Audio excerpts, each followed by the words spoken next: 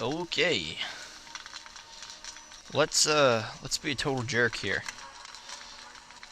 Just use one of these.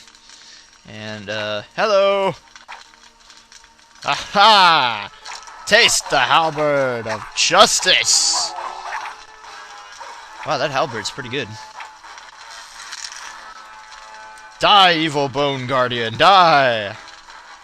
Why? For no reason. So, let's totally ignore the Draracle's advice and go mess with his stuff.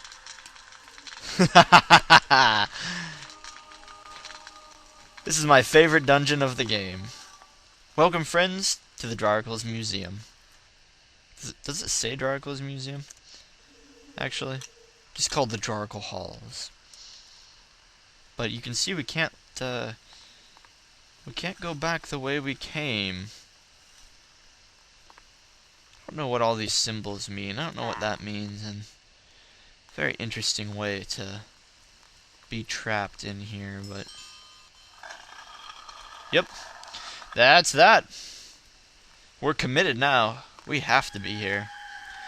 So you can see more of those bone guardians walking around. Oh, it's a tiny bone guardian.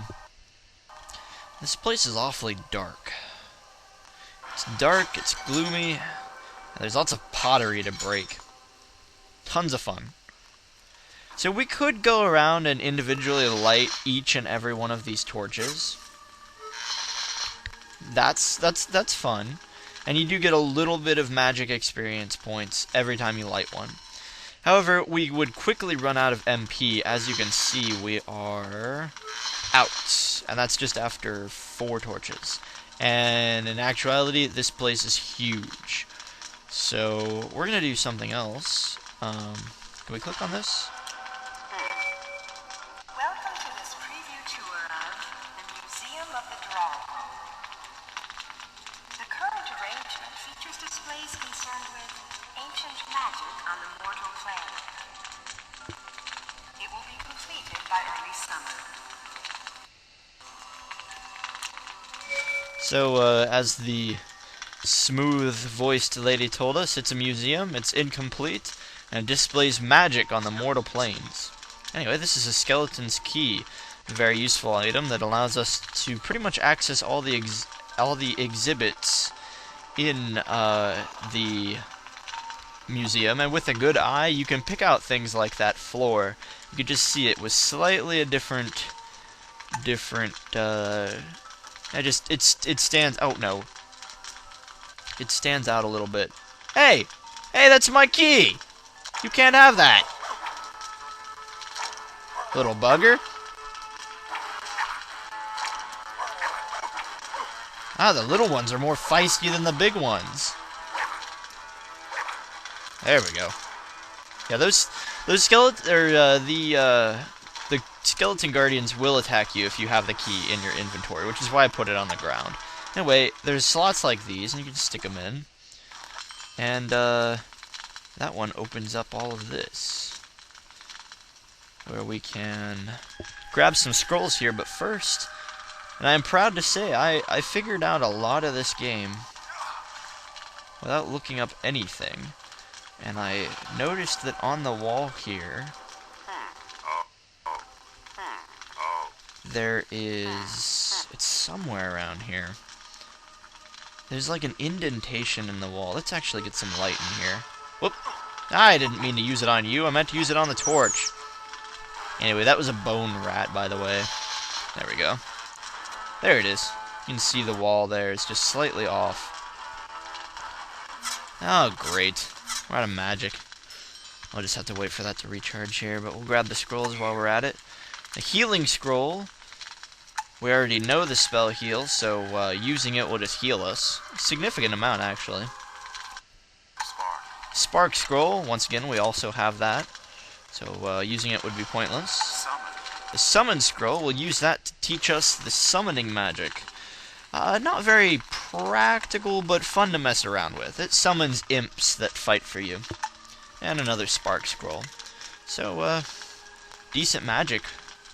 Kind of good bounty there. And cast fire at that fire little piece of flame, and it Lights all the torches in the museum on fire. Makes your life so much more convenient. Anyway, we want that key back. So, we'll just steal it back there. And move on with our life. Smash some more pottery. There's a lot of neat stuff in here, actually. Now, a lot of it, I think, dates back to the first game. It teaches you things about the first game if you hadn't played it. This is the last stone of Bazar. Last stone of Bazar. Many similar stones were distributed among the early kingdoms. Early kingdoms, I have no idea what that is. They were used as funnelers of the magic of the various lands. Okay, they funnel magic. Okay, she just stopped. Okay, whatever. Anyway, if you attack it, pieces of it will chip off, Fire crystal. becoming these fire crystals. However, fire crystals are normally red, and they should allow you to cast fire. They're kind of like wands of fire, honestly. Fire crystal. We gotta be careful, because if you click at that fire, you instantly die. So don't click the fire, but carefully use each fire crystal on the fire, and they'll become charged. Good for one use. Honestly, it's totally worthless. I think the fire crystals are pointless, and their attack power is so low that merely hitting the enemy with your weapon usually does more damage. But if you need to, you have them there. Another skeleton. We'll have to backstab him, because otherwise he'll just attack us. Ah! He made me drop the key. Man, this guy's tearing me apart. You know, you might ask yourself, well, wait, Chezni, why don't you just shoot arrows at them to death? You know, why use melee? Well, because honestly, the arrows do jack damage. They may be slightly useful in the first, or in normal mode, because keep in mind we're playing it on more difficult mode, and the more difficult you make the game, the more unbalanced it gets. In normal mode, honestly, it's a breeze. You hardly ever die, and everything is useful. You can use fire crystals if you want to, because honestly, they're more than powerful enough to destroy your enemies.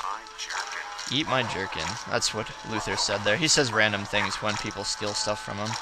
Anyway, wow, these guys are really getting in my face. Anyway, but the more difficult you make the game, the less balanced it gets, and you start finding out that things become pretty worthless. Like the arrows just do less and less damage, to the point where it's almost pointless to use arrows. They don't do less and less damage, it's just that the enemies have more defense. Ah, there's the key. The enemies have more defense, you have less attack power, and so eventually, like in normal mode, you might be doing like 10 damage with a bow. And then in more difficult mode, you might be doing like 5 damage with a bow. So you're like, okay, well, it's half. I took it off your mother's corpse. Anyway. Then when you set it to like most difficult, your bow and arrow is doing like 1 HP damage. And so it's just, you just can't kill anything by doing 1 HP of damage at a time. Oh no you don't! He's trying to run away with the key. There we go. What a pain. So, in the end, you're usually better off just meleeing things to death, especially in the harder settings.